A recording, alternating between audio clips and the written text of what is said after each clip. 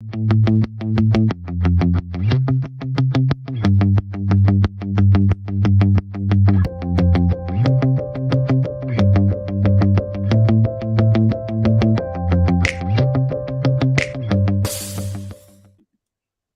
I'm Dr. Michelle Grewe with the Northern Indiana Educational Service Center and Northwest Indiana Educational Service Center. And we are ready to look at Chapter 4 of our book. Already you've heard Chapter 1 with the author, Sarah, doing an overview. And then Chapter 2 with Cindy McKinney, where she dove into the importance of our learning targets. And Chapter 3 with Mandy Isaacs looking at universal tier instruction. But Chapter 4 takes us into looking at how effective is your Tier 1 instruction? So often our time gets spent on what are we doing for interventions? What are we doing for Tier 2 and Tier 3? But Chapter 4 takes a look into wait. Where are we at the very beginning with universal instruction? Many things have changed in education over the last few years. We all know, we all feel it. Between COVID, changing student population, changing teachers, as far as who our employees are, changing resources, all these things that come together, and we just need to occasionally pause and look, where are we at with our Tier 1 instruction? So that's what we're going to dive into today. So, when we're talking about universal instruction, I want to review something that Mandy said, which is the fact that we're looking for ensuring equity. So, for all students, with the emphasis on all, if you can picture it in all capital and bold letters, determining the effectiveness of our instruction and the resources we're using, and even where do we need to plan our professional development? Where do we need to give our time to support our teachers? So, is your universal instruction working? Well, one of the guidelines here is if the majority of the students are successful without intervention, then it's working. Well, what do we mean by majority? Basically, having 80% proficient without additional supports. That number really is eye-opening to me. And I think back to my days when I was working as a curriculum director and even in the classroom, where it was so easy to say that it was like the student's fault, right? They're just not getting it. Therefore, we need to send them on to another tier. But what if we stopped and we looked at, did 80% of the students show proficiency before we even look at moving them out to Tier 1 or out of Tier 1, excuse me. So typically when we're talking about Tier 1, we're talking about 15% of the students. And that leaves 3 to 5% that are going to be up there getting that Tier 3. So question number 1, as we're looking, is our Tier 1 instruction working, our universal instruction? When we do our assessments, are we at an 80% proficiency rate without there being any other starts? Okay. Now, one of the things about universal instruction is we can't put it all in one box because our student populations look so different, right? Their background experiences look so different. So it is important that each school do this work on their own. Part of the conversation has to be what can we and what can't we control? So as it says on this slide, which comes from the book, we cannot control what students walk in the door with. We can't. And yet we know that so much of our conversations with staff often involves talking about things that we cannot control, right? We're talking about, the parents. We're talking about things they read about in the newspaper about the family or stories they're hearing the kids tell, things that we can't control. And so when you look at the bottom of this screen in that quote, I love it, from page 72, every minute spent discussing variables outside the control of educators results in one less minute being spent on on problem solving. and how to make that universal tier more robust and effective. Now, the Michelle Grewe look on this is the but statements, right? Like you might have to just tell people, let's leave our but somewhere else. Because as soon as somebody starts with a but, it's usually, now it's probably pretty strong, it's often something that we can't control, right? But they come in without sleep, but they come in not knowing.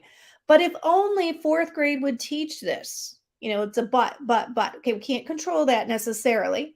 That last one, maybe you can, because you could probably go back and work with fourth grade. All right, what we can control is the instruction we're providing, the curriculum we're choosing, the classroom environment, the organization of school building, and that list could be grown to include more. So my encouragement is, as we go through and we look at our universal instruction, is to be very clear up front. As we bring our teams together, can we control it or can't we control it? And maybe it has to be that you actually start with an activity, or you get into your teams and you've got your T chart and you start talking about the things you can and can't control, and make a commitment to say, let's focus on the ones we can control. Because we know one of the biggest things, the biggest obstacles we have in education is not having enough time. So we've got to put our time where we can make a difference. All right. So when we talk about universal tier instruction and figuring out that screening, the emphasis is on using the data for all students. So much of what we use data for is looking at the specific needs of students. That needs to stay there. That needs to happen. Okay. This is often an and. We're going to look at data on all students and seeing what our success rate is. Remember, one of the first slides said, if we don't have about 80% proficiency, the problem isn't with our students. The problem is going to be with our instruction, and that's what we need to go back and evaluate. Okay. You can use some of the same tools. And as you read through chapter 4 in the book, she points out the fact that one tool can have multiple purposes. And that to me spoke volumes, because the last thing we want to do as educators is to do more assessments, right? But if we can use our assessments and find dual purposes, that's a win. All right. So how are we going to go about doing that? Okay, it's great. I bought into it. I know I need to do it. I know I need to see if I've got 80% at that tier 1. The best resource that I found was the form that she has the authors have in their book. So I've got the pages listed there, and I've got a link here.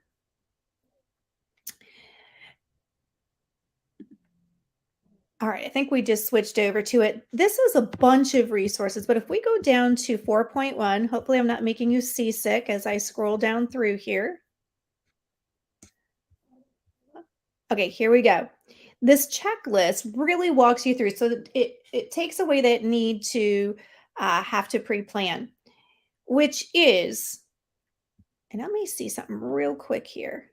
Yeah, I wanted to make sure that showed. Basic questions are at least 80%. Is it robust enough for kindergarten students? And then going into some more advanced questions. And notice these are arranged by seasons, by fall, winter, spring, which tells us we don't have to do it all at once, which always feels good. We can chunk it, and it gives us the chunks going through there. And then the resources continue. It gives you documentation of how you can plan it out, guides you through the conversations. So if you're an educational leader or you're leading a group of your peers, don't need to reinvent the wheel.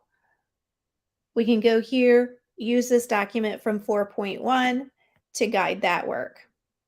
All right, let's go back to this slideshow here. Looking at my notes here. All right.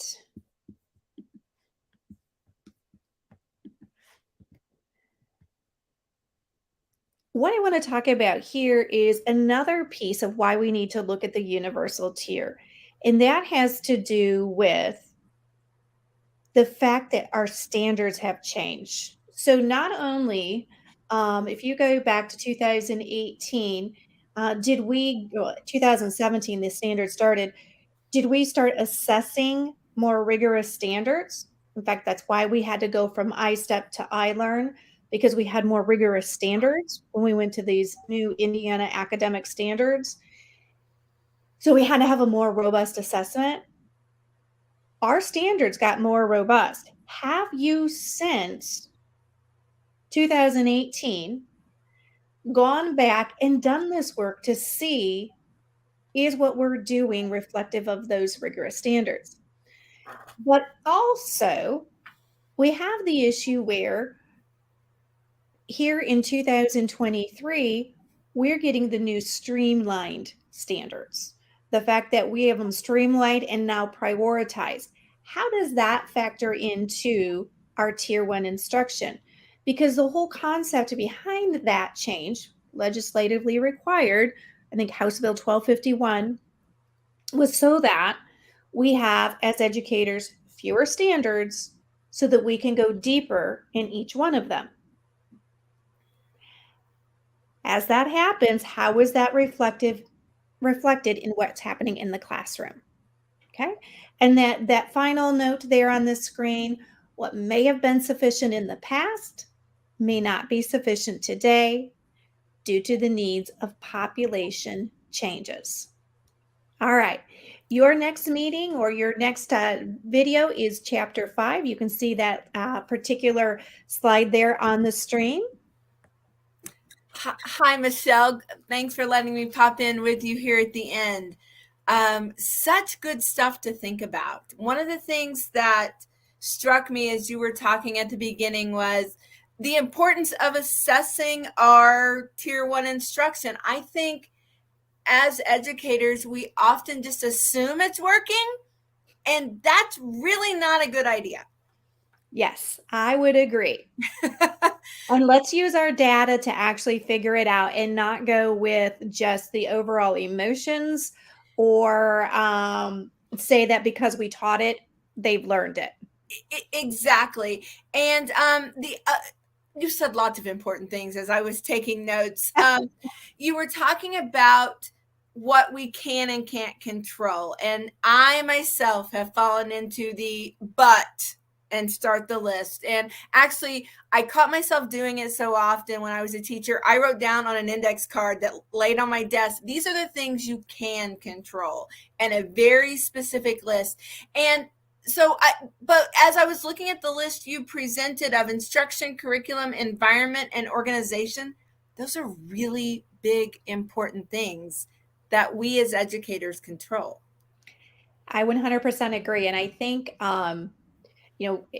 so many things spiral on top of each other, they spiral together. And one of the concerns a lot of us are looking into is how do we retain teachers, right?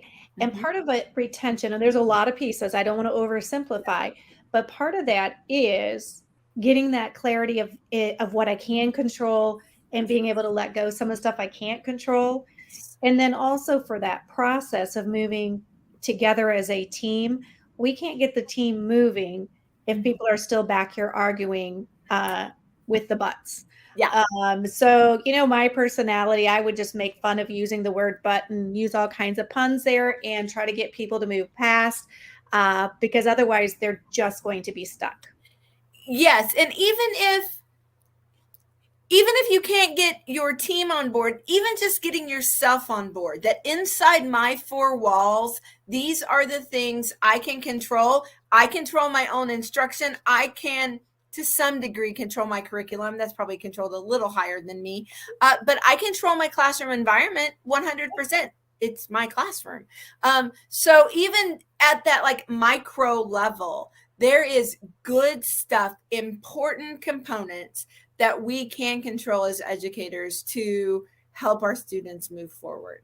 Yes. And just the idea that, man, if we can control what's happening with that universal tier one instruction, how much easier it's going to be because now I don't have as many kids having to leave for their interventions. I don't Right. have to do as much intervention, and Right. Right.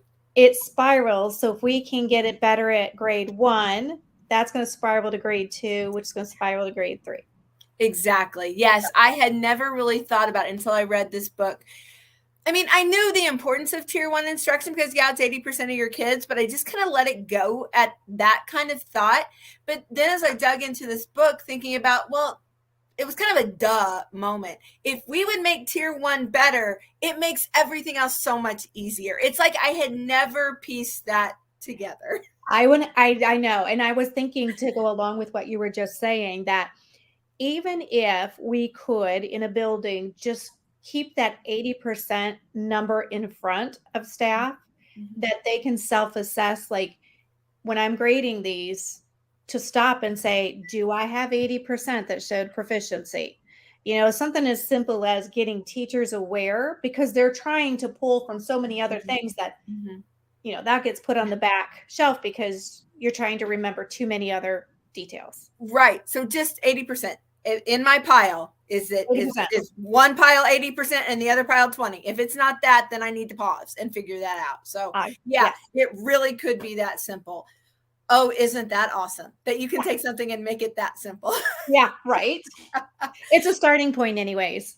Absolutely. Well, Michelle, thank you. This was a fantastic presentation of chapter 4. We're looking forward to chapter 5 that will come out on March 30th, and it's the barriers to effective universal tier 1 instruction. So All right.